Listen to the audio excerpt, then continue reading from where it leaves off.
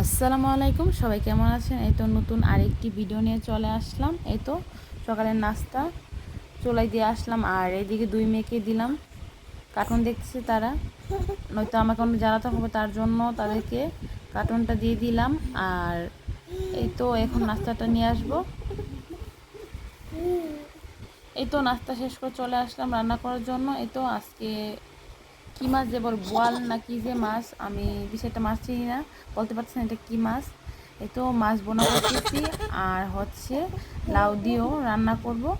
এদিকে তো মাছ বোনাটা প্রায় হয়ে গেছে, আর এখন লাউয়ের তরকারিটা বসাবো।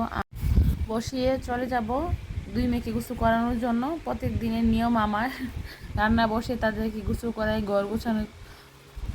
এখন লাউর তরকারিটা বসিয়ে চলে যাব দুই মেয়েকে গোসল করানোর জন্য, গরু গুছাতে হবে। আর এদিকে তো মাছটা ভাজা হয়ে গেছে, এখন এদিকে আমি মশলাটা করে নিতেছি। এই তো মশলাটা ভালোভাবে কষিয়ে কাঁচামরিচ দিয়ে তারপর হচ্ছে লাউটা আর মাছটা দিয়ে এখন চলে যাব। দুই মেয়েকে দিয়ে আসছি বাথরুমে গোসল করানোর জন্য, সোহাগ দাঁড়িয়েছে। আর এখন চলে যাবো আমি গোসল করানোর জন্য। এই তো গোসল করিয়ে এখন দুই মেয়েকে খেলতে দিছি, এখন তারা একটু খেলবে, তারপরে খাবারটা শেষ করে তাদের দুপুরে ঘুম পাড়িয়ে দিব আর একটু বাহিরে যাব।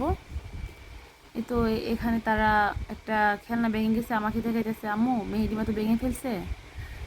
সে বারবার দেখাইতেছে, তার অনেক রাগ হচ্ছে, তার পছন্দের খেলনা ছিল এটা। আর আমি বলতেছি কিছু হবে না, ঠিক হয়ে যাবে তোমার খেলনাটা।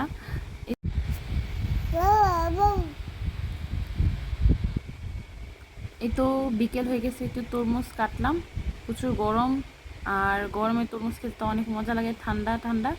এই তো ফ্রিজ থেকে নামিয়ে কেটে নিলাম। এখন একটু তরমুজ খেয়ে দুই মেয়েকে নিয়ে চলে যাবো একটু পার্কে, আর সোহাগ চলে গেছে কাজে।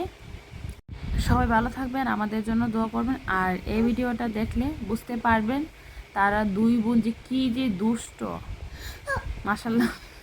আমার দুইটি মেয়ে অনেক দুষ্ট, বাইরে বের হলে মনে হয় তাদের গড় সবটা জায়গায়। দেখেন ভিডিওটা।